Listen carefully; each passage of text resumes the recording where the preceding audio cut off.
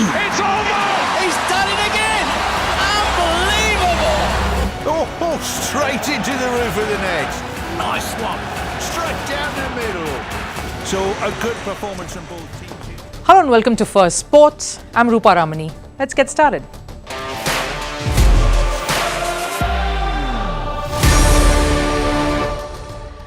On the show today, cricket's newest sensation and one who the world is raving about. Who is Mayank Yadav and what has he established in a world where pedigree rules the roost?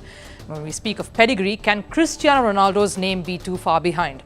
The hat-trick man delivers for his Saudi side. Can he and will he allowed to do the same for Portugal come the Euros?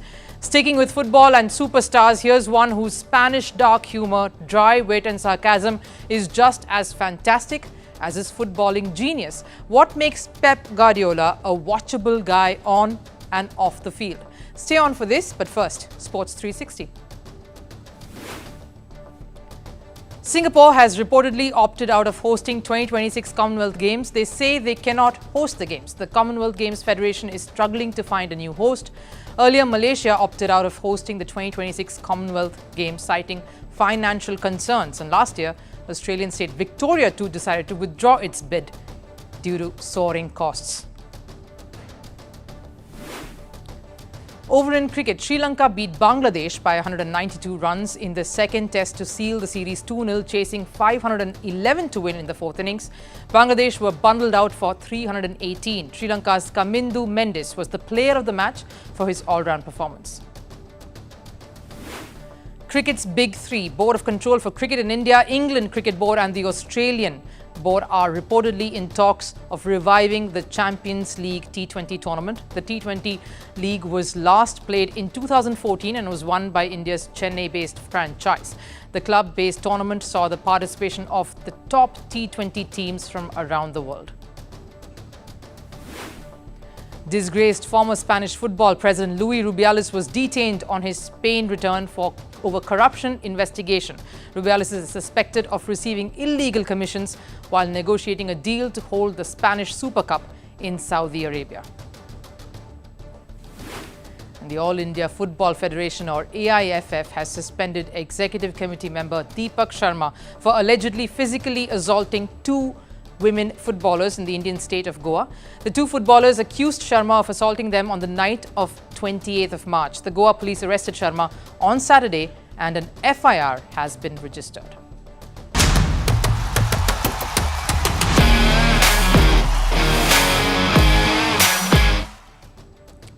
There's something about sheer pace, the rawness of it. It's absolutely breathtaking, first off.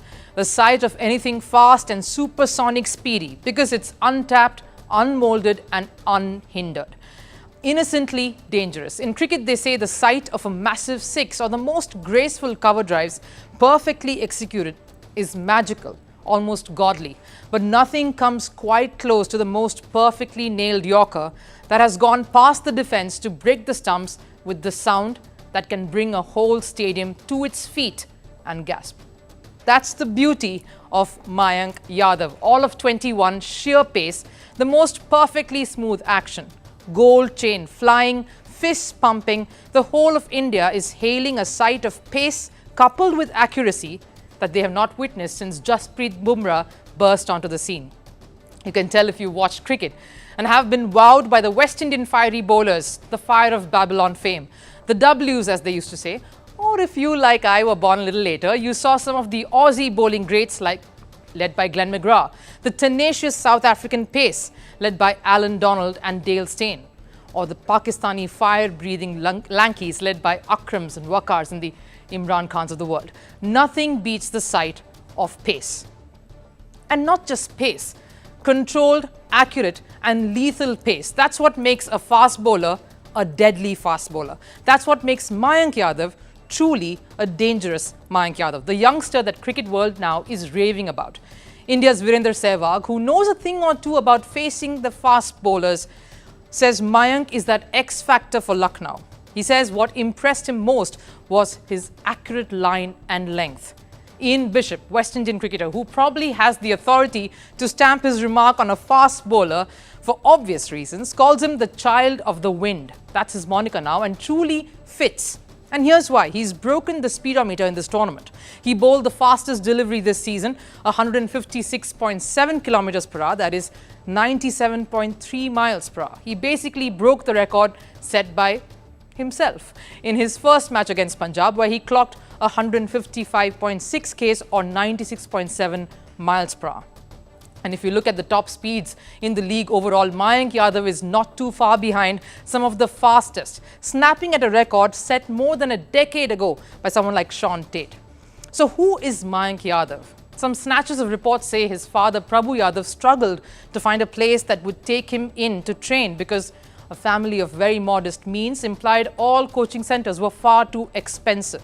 And then he finally managed to send his boy to a centre in Delhi where they see the talent that he is and decide to invest in him. This boy is meant for big things. How the late Tarak Sinha, known to unearth and groom talent, spotted him 6 years ago. How his childhood coach Devendra Sharma alongside Tarak Sinha encouraged and saw big things for this tearaway youngster that Mayank Yadav was. Now all of 21, bursting with energy and the prospect of making it bigger of what it all could lie ahead. Mayank Yadav is stealing the show at the T20 League. 2 Player of the Match awards is no joke. That's 2 out of 2 in successive matches. His first 2 matches on the big stage. Talk about hitting the ground running. The last match in particular, he took out seasoned men like Glenn Maxwell, Cameron Green and Rajat Patidar to completely derail Bengaluru's run chase. His figures of 3 for 14 absolutely stupendous. And after that performance, he says he has only just started, and he says it with a bit of a smile. Look at him, that boyish, almost disarming face. If you are a batter in any other team, that is the deadliest weapon running down to bowl nearly at 100 miles an hour at you. Now, I started this story talking about speed being so beautifully and innocently dangerous. If that had a face, it would be Mayank Yadav. Clearly, it isn't just his boyish looks. There's got to be some charm in there because I'm showing you some snapshots of him receiving that cap ahead of that first game, and his teammates are all hooting and clapping and egging him on. Clearly, he's a favourite, a dressing room friend, someone they love to see do well. And what a team to turn out for too. He has Justin Langer, an Australian who knows a thing or two about fast bowlers, has been around some of the best during his time as player and coach. He'll be a great mentor. Vijay Dahiya, who's also part of the support staff, the former Delhi cricketer, reports say he recommended the franchisee to invest in this player a couple of years ago. I remember seeing a clip of Mayank Yadav asking Brett Lee how he could manage and maintain that pace for years to come. And he got advice from the best in the business, someone who himself has been searing fast through his career, and he got an answer too. This is what former Aussie pacer and a geocinema expert for the Indian Premier League had to say. What I would say to Mayank is get out of the gym. Don't worry about lifting heavy weights. You know, light weights is good, but you need that lean muscle mass. The shape he is now is perfect, so I would work on sprint training. The faster you can run and the harder you work in training, so work at 100%, 10 metres further than your natural run-up. So when you get into a game at 85% running in, you feel a lot more comfortable. But lean muscle mass is the key. Biceps are good for the beach, but if you want to bowl fast, lean muscle mass. He has Moni Morkel in the support staff, again someone who's sure to guide him well, having come so himself for the South African side, and another youngster with just as much enthusiasm and pace in Shamar Joseph in the wings. What a time and place to be in. The surprise is not that the league is throwing up a youngster. That is what it has done year after year. Whether it was Devdutt Padikkal one year, Yashasvi Jaiswal, Avesh Khan, Riyan Parag, Rinku Singh, even Mohammad Siraj. But what makes Mayank Yadav special is that he owned the stage, the big, bad, overawing international stage from the word go. It's not easy to get cracking from the first ball when the whole world is watching. That's the hunger to perform combined with the skill and frame. Rare. Did you hear it too? T20 World Cup is calling. Cristiano Ronaldo, the goal-scoring machine, or should I say the hat-trick scoring machine, because one goal doesn't seem to be enough for the Al-Nassr captain. If he scores one, it has to follow with another 2. That's how it's at least been in recent times. This is Ronaldo's 65th career hat-trick, and it came against Abha in the Saudi Pro League. Ronaldo's 3 goals and 2 assists ensured Al-Nassr hammered Abha 8-0. And wait, there is more. This was Ronaldo's second hat-trick within 72 hours. The man is unstoppable. It wasn't just the number of goals Ronaldo scored, it was the fashion in which he netted them. They weren't just normal tap-ins. 2 of them were free kicks, reminding fans about his good old Manchester United days. Not the second spell, which ended on a sour note, but the first under good old Alex Ferguson, where he used to score free kicks for fun. The 39-year-old says he isn't done yet. He looks good to compete with the current 20-year-olds. He has scored 29 goals this season and is in no mood to slow down. And with Euros just a couple of months away, his current form will give Portugal a big boost. Who wouldn't want an in-form, red-hot Cristiano Ronaldo in their setup? He took Portugal to Euros 2024 glory in 2016 and even the Nations League title in 2019. So yes, Ronaldo is key to Portugal's fortunes. Or is he? Now, those wins came years ago. Portugal hasn't had any success in the recent past. Even in the 2022 World Cup, Portugal were knocked out of the quarterfinals. In a game where Ronaldo came off the bench in the 51st minute, coach Fernando Santos faced a lot of backlash for this decision. But even he said he had no regrets benching Ronaldo. And even in Portugal's friendly against Slovenia on the 27th of March, despite Ronaldo's inclusion, Portugal lost the game 2-0. A story that Ronaldo fans do not like to hear, but let me just say it. Ronaldo in club versus Ronaldo for country doesn't paint the same picture. But numbers will back him up. With 128 goals, he is, of course, the highest goal scorer in international football. But in recent years, Portugal hasn't been completely dependent on Ronaldo. And the star player too hasn't had the same impact at the international stage. Since 2022, Cristiano Ronaldo hasn't had a prolific outing for Portugal. In his 22 appearances, Ronaldo has managed to score just 13 goals. Safe to say, Ronaldo hasn't been the same beast at the international stage. A sentiment shared by his own teammate, João Cancelo. He is an important player and spent 15 years competing with Messi for the Ballon d'Or. But the peak of a footballer's career is between the ages of 25 and 32. He is an important player for us, but the national team does not depend entirely on him. Now, it isn't just Ronaldo's recent international form, but also the arrival of young athletes who have pushed the bar. The biggest of them all, Gonzalo Ramos, the same Ramos who started ahead of Ronaldo in the World Cup quarterfinal. In his limited stint for Portugal, Cancelo has scored 8 goals and assisted on 2 occasions, and that too in just 11 matches. So he's had a goal contribution in almost every game, which makes him a great prospect for Portugal. And with Euros being the litmus test for players, the upcoming tournament in Germany will be key, because Portugal will be up against top brass in England, Germany, France, Spain. Now the World Cup, maybe 2 years later, but the Euros and what happens will pave way for the World Cup too. So Portugal have a hard task ahead of them. Do they continue to stick with the legacy and what they know comes with the name, or work on a future plan? Ronaldo shows he's far from being done, but does he fit into Portugal's game plans, or should he be merited an automatic selection just on the basis of his stellar club performances? An answer that Portugal and its manager Roberto Martinez need to make. There aren't many things that Pep Guardiola cannot do. He's won Champions League titles in different countries. The Spaniard can rally his troops around his finger to create magic. But we aren't talking about his footballing genius here today. We're reserving that for another one. Guardiola is many things, a hard taskmaster, genius at work, and clearly quite the funny bones too. Not the rolling on the floor slapstick humor. He's Spanish after all. And with Spanish genes running through, it's no surprise Guardiola relies on the black humor. Like recently when he was asked about his heated conversation with one of his players, Jack Grealish. Pep Guardiola says that's just for his ego and of course for the cameras. This isn't the first instance of Guardiola's sarcasm shining through. We thought we'll get you a bit of a compilation of Pep Guardiola, the man, the legend, and his deadpan comments. Does he not need to be around the team in meetings and that kind of thing? But I guess if you didn't know he was there. Well, before it's I'm going one day to Paris. Okay, it's here, but Hong Kong is far away. Yeah. So I don't know. I'm going. I have to install Instagram in my account. Yeah, to it's control pretty my useful. players because I don't know. Really, I don't know.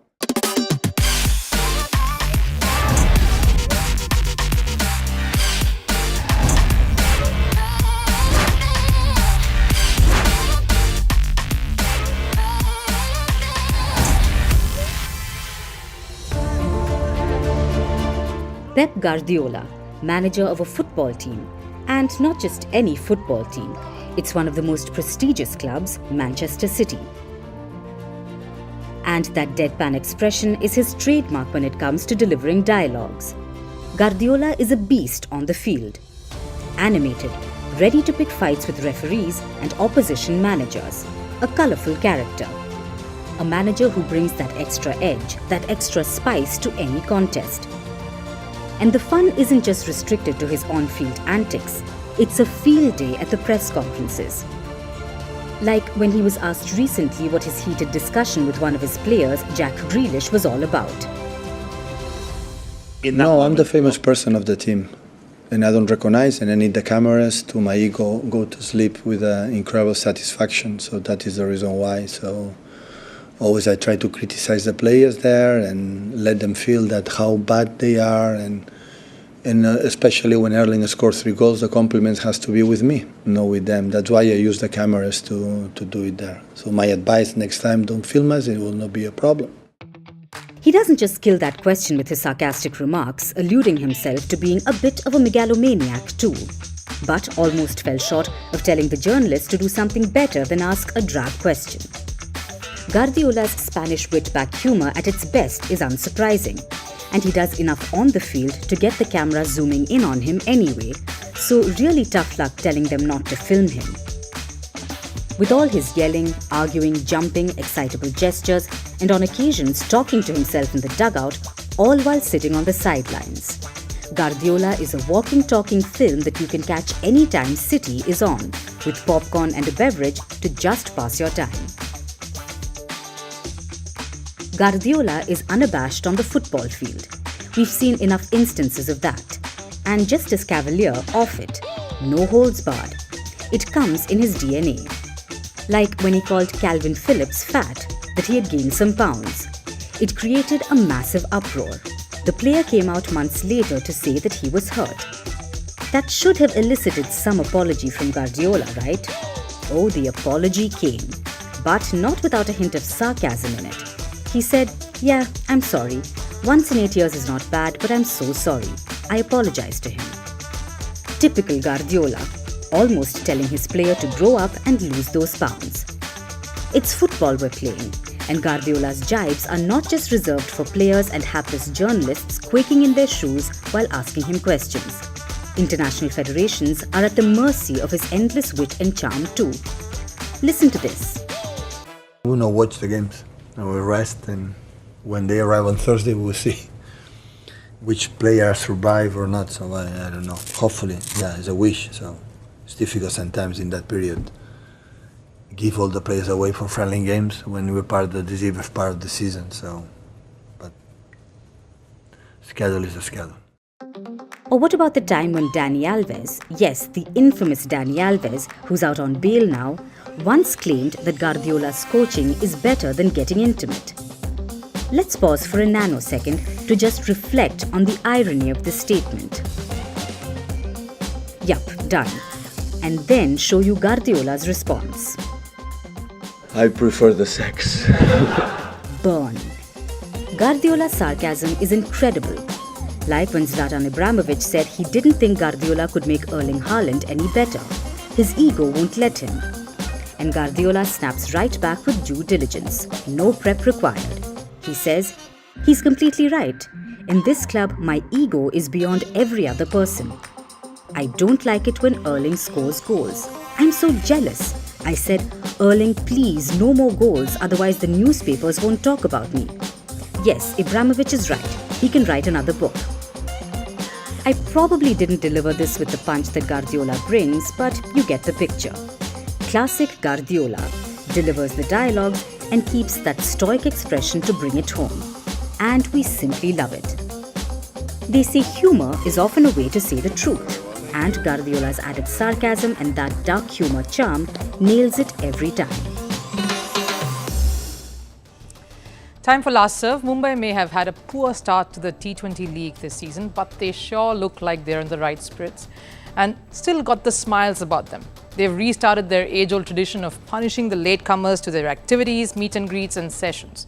The disciplinary action is meted out while the team is travelling to another venue. Take a look at the unique punishment and the latest culprits.